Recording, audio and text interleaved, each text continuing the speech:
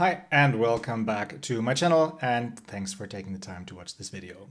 I just got back from calling Hamburg. Well, it wasn't a long distance. It's like a 15-minute drive for me. And I can say it was an awesome event. Like there were almost 600 people playing the calling. It was completely crowded on the Friday for side events, and it was just a lot of fun. I personally did okay. I played Mario in the calling and I ended up 4-3 and then dropped because I was no longer in contention for day two. I definitely had some things that I could have done better, but I also had very, very strong opponents. So congrats on everyone who, yeah, finished it strong, who did top 8, and also to Arthur Trehe for winning the calling. Yeah, but after the calling is before the next tournament, right? And so the grind continues. I want to still get better and improve myself on Flesh and Blood. And yeah, I brought myself some new friends from the calling. We got the big RKO card here, the big TUFFNUT card right here. And to be honest, we can now talk about TUFFNUT because we will review a quick game. I did like 2 days, 3 days before the calling, I believe, against TUFFNUT. So let's dive in. Okay, so TUFFNUT wanted to start. I see they are playing 66 cards. I do have three blocks in my hand and an up sticks and run as a 2 block. So let's see if they are really attacking or if they're setting anything up. I can work with this hand, but yeah, worst case, I can definitely block with my hand. So they play the Song of Sinew, revealing quite a couple of cards. And if I've seen it correctly, it should be 3 cards with 6 powers. So their attack should be coming in for 3 more.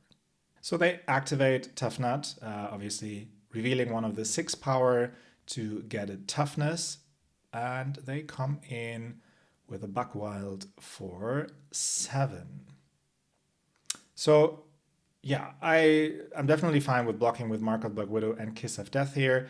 Turn 0/turn 1. I prefer having a Mark of the Black Widow here because obviously it allows me to yeah, banish something from my opponent's hand. And I don't want to have both in graveyard just yet. Yeah, so, well, looking at my hand here, it's not super ideal. I don't have a blue to pitch into the dagger, but I still need 2 ideally. So I could pitch the Upsticks and Run and the Justinic for the Hunter's Clave, and then come in with Mark of the Black Widow if my opponent has been hit, or even if they have not been hit, because I am fine flicking my dagger here, of course. If it hits them and they need to banish, I get go again. Awesome, I can play the Leave No Witnesses. And worst case, if they block it out, I just put the Leave No Witnesses into my arsenal. So here, immediately on the Hunter's Clave, I get a dig in. So my opponent can now decide to pitch into it to create some toughness tokens, which is, well, okay-ish here, right? Because, well, they have the toughness tokens for next turn. They also only have 1 card left. So either they need to give me that card here now, or they got to block with their equipment. But they give me the card, the Tit for Tat that was revealed. So I do decide here to flick. Obviously, I can't banish anything anymore from their hand, given they only have 3 cards to start with. But first of all, I'm dealing 2 damage. I get the go again, and now I can play Leave No Witnesses to also destroy the arsenal. I mean, they still have a lot of armor blocks, so they could easily block this out. But they can actually block the Leave No Witnesses as well, as it seems to be an overcrowded. So given the tokens available, it goes up to 3 because of the toughness token aura. So Leave No Witnesses hit, and I get another one of their 6 powers that was revealed earlier. Well, dealing 4 damage is fine.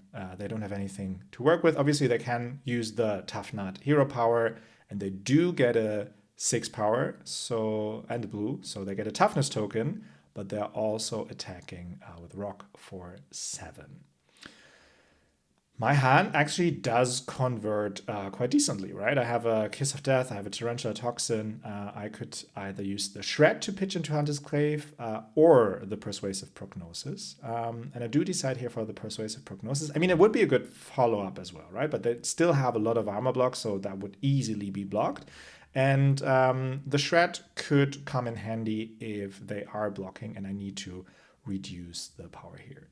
And here, I think it's always good to start against TUFFNUT with a Hunter's Clave, because if they have toughness tokens, I think the Hunter's Clave is almost always guaranteed to hit, because if they block with a card, their toughness tokens would go away, right? Or would be used on a 1-power attack. And that's definitely something that TUFFNUT does not want to do. So here they block my Kiss of Death with a Song of Sinew. It came in for 4 because of the mark. And here I play both the Tarantula Toxin as well as the Shred to deal 8 damage here. My opponent has 2 cards left in hand. And from what I've learned from TUFFNUT so far, and it's not much I need to say, it is usually not what they want, right? They don't want to have 2 cards in hand. Maybe it is a good arsenal target, I don't know. But as they are using the hero power here immediately, then they can't play rock, right? Because they still have cards in hand. So yeah, I don't know what my opponent's thinking was there. Maybe they were expecting a couple more attacks. I mean, I still had 2 cards in hand. So yeah, maybe using the attack reactions there was the right call. So they use the old leather and Vim. It doesn't have any effect, so it's just coming in for 6. And here, do a blue to pitch into Hunter's Clave, have a Kiss of Death, I will pick up the point. And so I block up with a Take Up the Mantle. I'm not sure if that is needed here, because in theory, I could use the Hunter's Clave to mark them, come in with a Kiss of Death, and then ultimately use a Flick, for example, if they are not marked, or just then use the Take Up the Mantle to get into one of the Mark of the Black Widows. I mean, it's technically 1 less damage, but has the potential to banish. And especially if it's happening on the first chain link, maybe I can actually get some decent value out of it. But here, instead, I block with it, and now I played Pick Up the Point to retrieve one of the Hunter's Claves, and now I can come in with another Hunter's Clave, which obviously is prevented from the Battlefront Bastion. But that's fine, because I still intend to flick here. That was the reason I retrieved the Hunter's Clave in the first place. So my opponent blocks here with Scabskin Leathers, which obviously has then the piercing. So if I would have flicked, I would have used the prevention effect up. So no need to flick here. I can still do that on a later turn. Obviously, it would have hurt if I would have drawn into an Orb Weaver Spinneret now. Luckily, can't say that because it's awesome to have an Orb Weaver Spinneret. But I didn't waste it here. So they actually do seem to have the Rainbow Suite of Buckwild. I haven't seen the reds yet, but there's a chance that they have this. So they come in for 6. Go again, they haven't used the hero power yet. So there's the chance for them to come in for 6 with the Buckwild and then still 7 with the Rock, as their hand is empty. Looking at my hand, I do have the Kiss of Death in Arsenal. I have the Art of Desire Mind, which I don't really need, as well as the Reaper's Call, because first of all, I can flick. Like, I don't need to use resource in order to attack with the Hunter's Clave. And also the Mark of the Black Widow is powerful, the Shred. And ideally, what I would maybe like to get out of it at one point is for TUFFNUT to leave the turn marked. But yeah, that's not super likely here now. Oh, and interesting. They because they have been using the hero power and revealed a red card, they weren't able to use the Rock, but they do have Crowd Goes Wild in Arsenal, which seems to be a very, very good Arsenal target here. And now they could use the Tyrannical Rex with the 1 resource from the hero power, pitch, and now come in for 7. But I decide here to take the 7 because I want to make use of my Mark of the Black Widow and the Shred here. They do have 1 toughness, so they can block for 1 more. But I start with the mark of the Black Widow. We'll try to flick my Clave, and then if they block, which is very likely, I can use the Shred to eventually get one more card out of their hand. And I think, especially with only one card in hand, so my theory, like I haven't played TUFFNUT really much yet, so my theory is they either want to have no cards in hand when they go into that turn, or they probably want to have two in order to be able to do anything with their hand, right? Because if they only have one, they can't pitch into the rock, which is probably the downside of that weapon in the first place. Yeah, but here, actually, because I have been able to go over the block for 4, and so banished another Crowd Goes Wild, I was deciding to not use the Shred to do 3 damage there, but to actually try to use Hunter's Clave in order to mark them, to allow me to use Mask of Deceit maybe on my next turn and transform in an agent of my choosing, because I still have the Kiss of Death in Arsenal. But they do block that with the Tyrannical Rex, and now they use the Hero Power, get 3 resources. So with one card in hand, it's still okay for TUFFNUT, it seems, right? Because they have an attack, they can use the Hero Power for pitch, and then, yeah, come in, like in this case, with the Erase phase for 6. Yeah, looking at my hand, I mean, I still have the Kiss of Death. I do have the Cut from the Same Cloth and the Tarantula Toxin, which goes well with it. So I do want to block with the Command and Conquer and the Out of Desire Mind here. Oh, actually, interesting. I decided here to use the Tarantula Toxin. So maybe I still want to keep the Kiss of Death. I think it's fine as well. Probably now in hindsight, I would have blocked with the Out of Desire Mind and the Command and Conquer, used the Cut from the Same Cloth, the Kiss of Death, and then try to get 6 value out of the Tarantula Toxin. Because now, yes, I mean, I can come in for 5 with the Hunter's Clave, but yeah, not awesome. At the same time, they do have a snack in hand, right? So at least the buff from Tarantula Toxin would have not have happened if they have the snack. So yeah, maybe by doing it, I was playing around this. I secretly knew that they would have this. Okay, but so coming in for 5 here, they do block with a Never Give Up, so they become marked, and I pass my turn, and for the first time transform into an agent, and immediately it's Arakni Black Widow, which is nice here. I mean, at the end, TUFFNUT wants to block anyway, and they only have 3 cards, so this is definitely a more powerful move against the more aggro-facing decks. But nevertheless, I think this was my first game as Black Widow, as Mario into TUFFNUT. So yeah, just trying things out here. So they come with an Erase phase again, and obviously I do care about cards being assassin cards.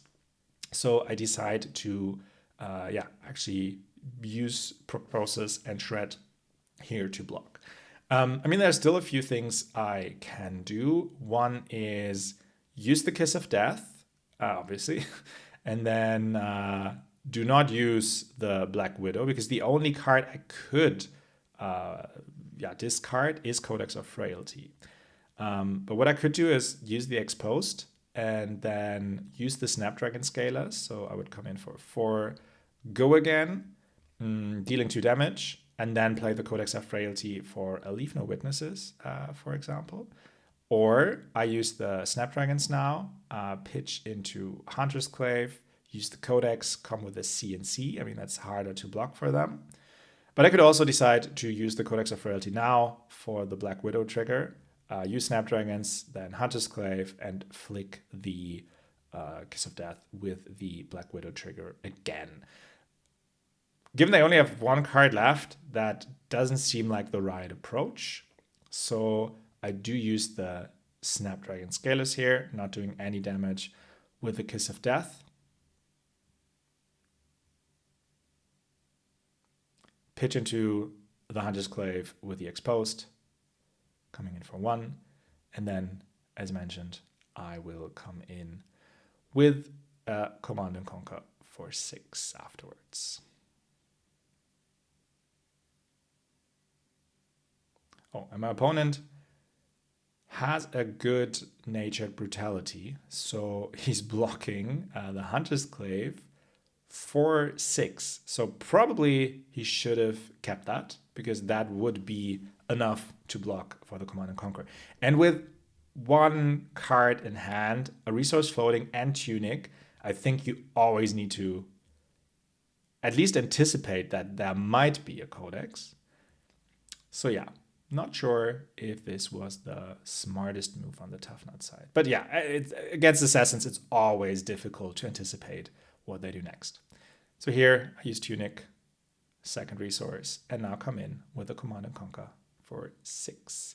They still have 5 armor block, so there is no world in which TUFFNUT can block this, except for maybe an not undercrowded and overcrowded from their arsenal. But it was the snack, as we knew, so dealing 6 here, putting TUFFNUT down to 15, but yeah, certainly the grind is not over. And here I'm drawing one of the worst arsenal targets with the Reaper's Call, but I put it into arsenal anyway for the upside of maybe some attack reactions. And my opponent, as they easily can do, they use hero power, they don't have cards in hand, so they come in with Rock for 6. Unfortunately, I do not have a blue, so it's very difficult for me to play the Savor Bloodshed and or the Orbweaver Spinneret, given my resource curve. So what I can do here is, for example, block with the Leave No Witnesses and then use both Savor and Orbweaver Spinneret to come in with a Command and Conquer. I think everything else doesn't really make sense. Orbweaver Spinneret has nothing to really push except for the Reaper's Call in my arsenal, but that's like 4 damage. So what should I do? No, I think it's probably the best line here to block with the Leave No Witnesses and come in with a Command and Conquer for 6. He doesn't have an arsenal, but at the end it's still 6 damage. He has 4 toughness tokens, so he only needs to use 1 card to block this. But everything else would have been less damage in this scenario. And my opponent blocks with a vigorous Smash Up for 7. So we clash. He has a Thick Hide Hunter on top. I have a cut from the same cloth, so my opponent wins the clash, gets a vigor. My next hand, again, I don't see a blue, even though I would love for a blue to be here. My opponent uses the Scabbies, rolls a 6, so now he comes in for 6 with a Thick Hide Hunter, and then most likely will use the hero power to come in with Rock if the card allows for it. Yeah, so again, a very, very tough hand. Probably worth blocking with the Savor Bludgeon and Orbweaver Spinneret, and also with a cut from the same cloth, and then only come in with a pain in the backside to keep some life, because now I'm threatened with 7 again. But here I decided against it, and so now he comes in for 8. So I can still block with them efficiently if I do choose so. I could also, of course, try to use it, right? Pay the pain in the backside, ideally mark them, but it most likely will get blocked. So not really use for it. So now my plan is to take 3 damage, play the pain in the backside, and then ultimately the Reaper's Call from my arsenal to put the Orbweaver Spinneret into arsenal, or eventually play it before, but I think there will be more upside at a later turn. At the same time, I'm behind in life now. My opponent, TUFFNUT, is 5 life ahead, and he still has quite a few on the armor block. I also still have my Mask of Deceit, so there's an opportunity to use it at one point, but I ideally want to use it when my opponent is marked. So they block this here, even reducing my my power, my block. So here comes the powerful Reaper's Call for 1. I still get an armor block, which is nice. Like, I prefer to have this on a card that does nothing versus one of my cards that do have an on-hit. So again, no blue in my hand, but luckily my opponent tried to use Scabbies again, rolls a 1, so at least there's no damage coming my way. And what I can do now is, use the Orb-Weaver Spinneret, up sticks and run, maybe use the Tunic resource to pitch into the Chelicera. I could also think about using the Codex to pitch into it.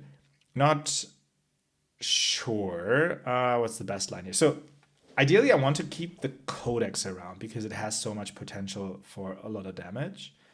But I don't really have an option for go again except for the Stains of the Redback, right? So I could use one of the upsticks and run, play it, use the upsticks and run, the second one, to pitch into the Chelicera, and then use my Tunic resource for Stains of the Redback for the Chelicera to get go again. And then I could play the Codex after. That would be a line, but here I do decide against it, and probably I pee myself if I see this correctly. Let's see. Maybe I do want to be aggressive here and use the Flick of Hunter's Clave, use the Stains of Redback and the Codex of Frailty. But my opponent has something against it anyway because he's using Scowling Flashback. I still do get 4 damage across. But I think I would have preferred playing it differently. But obviously that would have been hurt by Codex by the Scowling Flashback as well. But because now the Redback is intimidated, I do decide to use the Flick of the Hunter's Clave. So I come in for 4 damage, get go again because of the on-hit, and can now use the Codex of Frailty. This was a bit lucky, right? If the Codex of Frailty would have been hit, there would not have been a chance for me to use the Stains of Redback, except for flicking the Clave, obviously, and then being marked, and I can do +3. Yeah, but then I'm without a Clave. I mean, I'm without a Clave now as well, but I do feel better because I get my opponent's arsenal here, which is a Thickhide Hunter and also a Battlefront Bastion from on top of the deck. And now my opponent is down to 5, so there are more options for me to actually kill TUFFNUT here. I do get a Torrential Toxin and a Stains of the Redback, so I do put the Torrential Toxin into arsenal. Again, I don't have resources. I don't know what's happening this game. I seem to be very scarce on resources, even though I play, well, a few blues at least, and quite a few yellows. Anyway, my opponent uses TUFFNUT to come in with Rock for 6. No, because of the Tyrannical Rex, actually for 7.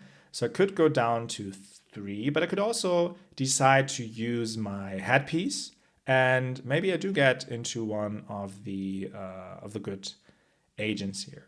Because what I could do is play Pain in the backside, use the Save a Bloodshed, and eventually the Justin Nick to pitch into Chelicera. Then I still have the Torrential Toxin to close the deal out. Especially now using the headpiece, I think I like, because if it's one of the reaction ones, I could use Stains of the Redback as a resource, right? As a discard resource to eventually increase power by 3. Because it's unlikely, basically impossible for me to make use of Stains of the Redback because my opponent is not marked and I do not have a resource to use Stains of the Redback. And here I do get the Tarantula one, which is insane in this situation, I believe. Because now I can really use Pain in the backside first. If he doesn't block it, I could use... Well, then he's already dead, right? So he would block it. Yeah, not sure why I used Save a Bloodshed here before. Maybe I do want to use Pain in the backside as a resource for Stains. No, I think I would have liked it differently. I would have played Pain in the backside first. Then my opponent already needs to block and use up the toughness tokens. And then afterwards, I would have used the Justin Nick as a resource for Chelicera, use the Tarantula Toxin for 6 value, and then discard the Stains of the Red back for the Tarantula Agent. All right, so my opponent blocks only for 5. Not sure why, because it's very clear on the board that I do have the Toxin. And I mean, the hero agent power doesn't care about being tapped or not being tapped. Maybe that was what my opponent was thinking, not sure. Because now my opponent is dead, basically. Using the red back here for the Tarantula.